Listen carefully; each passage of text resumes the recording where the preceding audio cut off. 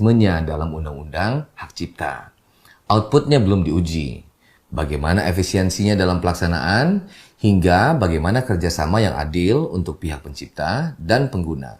Termasuk tarifnya. Dan jangan lupa juga soal pelaksanaan pajaknya. Karena royalti itu termasuk kena pajak. Selama ini, mekanisme melalui LMK sudah mencakup sampai aturan pajaknya. Dan satu lagi yang menurut saya cukup penting, direct licensing terhadap penyanyi original. Alangkah baiknya apabila direct licensing sudah disepakati dari awal kerjasama antara penyanyi dan pencipta. Bukan secara tiba-tiba di tengah-tengah, setelah lagunya populer. Karena saat negosiasi tentang harga di tengah-tengah, satu pihak mempunyai kuasa mutlak, yaitu pencipta lagu. Jadi, negosiasi itu akan cenderung sepihak. Nah, sekarang kita masuk ke masalah yang nomor 2. Ini tentang permintaan pembayaran royalti yang dibebankan ke pihak penyanyi, bukan ke pihak penyelenggara acara. Itu juga sebenarnya sudah diatur di dalam Undang-Undang Hak Cipta. Walaupun ada yang mengatakan bahwa itu tidak jelas siapa yang harus bayar. Tapi selama ini umumnya yang diketahui, yang sudah kita jalankan selama bertahun-tahun, penyelenggara acara lah yang membayarkan royalti tersebut.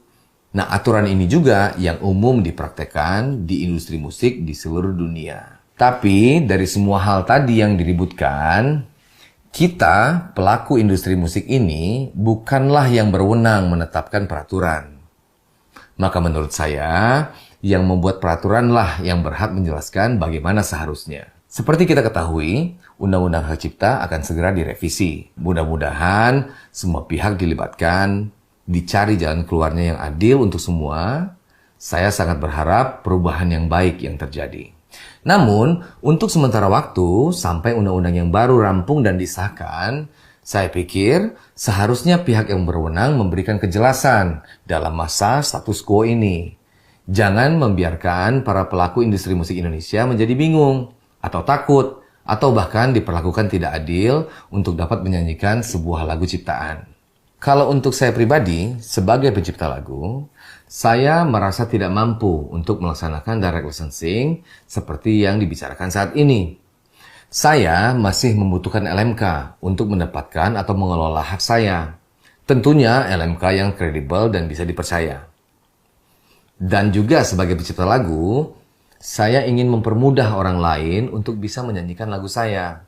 Karena hal itu sesuai dengan semangat awal saya menciptakan sebuah lagu, yaitu untuk menghibur semua orang yang bisa terhibur oleh lagu itu.